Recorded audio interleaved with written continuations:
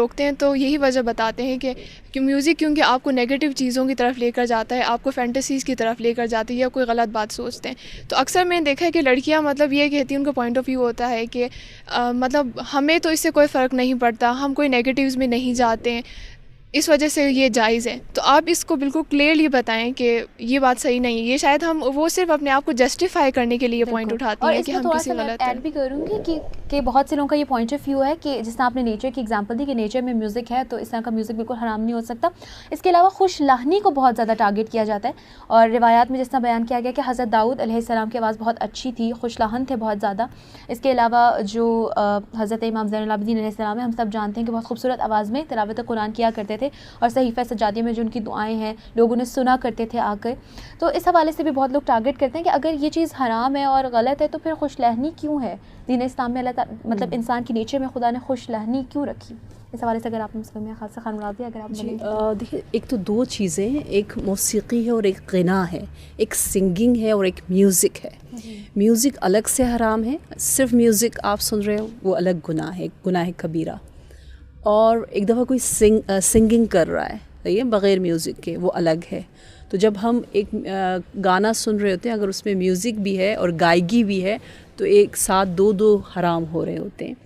इसीलिए गाने जो फ़िल्मी गाने हैं, जो लहव लइब की महाफ़िल से मुनासबत रखने वाले जो गाने हैं, उस तर्ज़ पर अगर हम मरसिए या नोहे या कसीदे भी पढ़ें तो हराम है, क्योंकि हमें उस तरफ ले जाता है, जहन वहीं पर ले जाता है। और हमें कहा गया है हम किसी भी तरह इन लोगों से कोई भी चीज़ अडॉप्ट ना करें और इनकी क़ुर्बत और उनका कुछ सुन के उसको लेकर बेशक अच्छे पैराए में डाल दें, अल्फाज बहुत हसीन हो, ठीक है, अल्फाज मासूमीन के बारे में हो, लेकिन तर्ज़ उनका हो तो भी हराम है। मैं इस बात से बहुत ज़्यादा बिल्कुल इत्तेफाक नहीं करती कि हर इंसान पे डिपेंड करता है। अक्सर मुज्तहिदीन का ये नज़रिया नहीं है।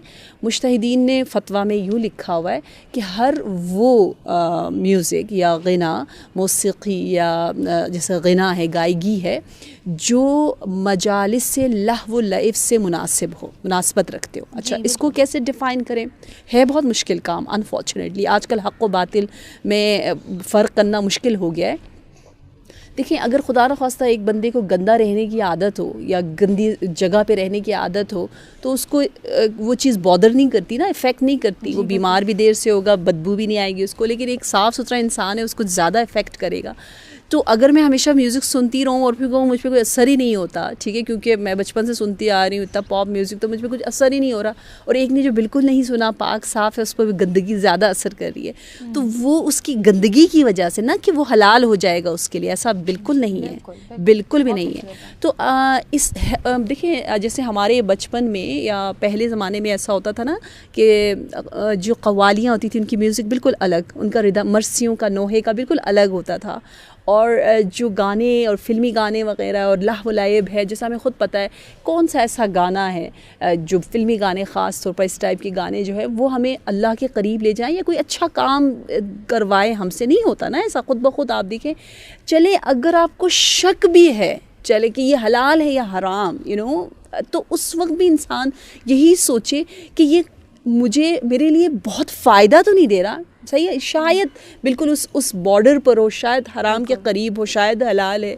मुश्तबह उमूर से भी, जो मशकूक है, जो डाउटफुल है, उनसे भी हमें दूर रहना चाहिए। तो ये शैतानी वसवसा है जो हमें उसके करीब लेके जाता है। और जैसे मैंने बताया पहले ज़माने में बिल्कुल फ़र्क था, अभी फ़र्क नहीं रहा वो अनफॉर्चुनेटली, और बिल्कुल नोहों का या कसीदों का या नातों का सबको मिक्स सा कर दिया गया है।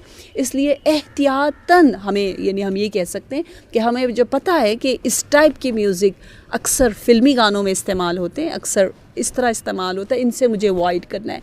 और ये जो म्यूज़िक है मसलन बाज़ जो कि बस न्यूज़ से पहले एक, जो आजकल का मुझे नहीं पता, जो पहले होता था वो जंग के लिए जो एक अलार्म देने के लिए या अवेयर करने के लिए एक म्यूज़िक बजता था, वो एक मकसद के तहत था, ठीक है। इस तरह बिल्कुल आप डिफ़ाइन कर सकते हैं। तो एहतियात यही है कि हम जितना हो सके इन चीज़ों से अपने आप को दूर रखें, और आहिस्ता आहिस्ता इंसान ख़ुद ब खुद हराम की तरफ जाता है।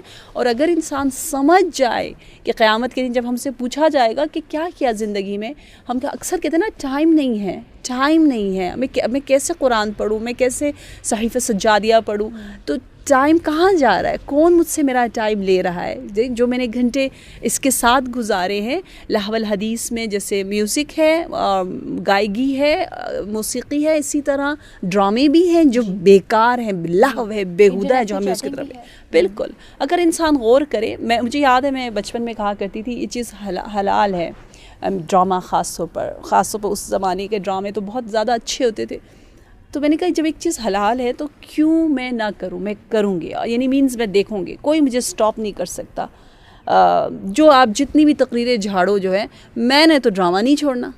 लेकिन मैं इसीलिए हमेशा कहती हूँ कि हम इसी माहौल में पले बड़े, लेकिन अगर जब आप सोचो अहम और मुहिम, वेरी इम्पोर्टेंट और फिर हाँ थोड़ा सा आप रिफ़्लेक्ट करो, थोड़ा सा और सोचो कि बाज़ दफ़ा शैतान यही कहते हैं ना कि आपको इस म्यूज़िक में भी कोई ना कोई लेसन है। इंडियन उसमें तो अनफॉर्चुनेटली रोना धोना, शायद रिश्तेदारों का सिले रहम, ड्रामों में भी ये सिखाया जाता है। बाज़ लोग दिल को अपने वो करने के लिए शैतान यूँ वसवसा करता है कि आपको कुछ सीखने को मिलता है, कुछ फैमिली के वैल्यूज़, सेक्रीफाइस करना, ये वो, लेकिन वो ऐसा जहरीले माहौल में उसमें हमें दिखाया जाता है। लेकिन आप 1 घंटे में आपको मुश्किल से एक मैसेज मिल रहा अगर है भी, और पता भी नहीं है, और इनडायरेक्टली कितने गलत मैसेजेस आपको मिल रहे हैं, तो आपको एहसास होता है मेरा घंटा चला गया और उसके बदले में शायद मैंने एक मशकूक बात सीख ली है। तो कभी इंसान ये डीलिंग ना करे कि अपने आप को ख़रीदार बनाए इस लहवुल हदीस का। मुझे आज के बाद इंशाअल्लाह हम आप सब मिलकर के हैं, मैं लहवुल हदीस की ख़रीदार नहीं बनूंगी, और लहवुल हदीस के साथ में रही, इसका मतलब है मेरा टाइम उतना ही कम कुरान और अल्लाह के वर्डिंग्स के साथ रहेगी। बहुत अच्छी बात की, बहुत खूबसूरत बात की। चियूद, इस हवाले से अगर आप लोगों का कोई और सवाल है, कोई कन्फ्यूजन है, जैसे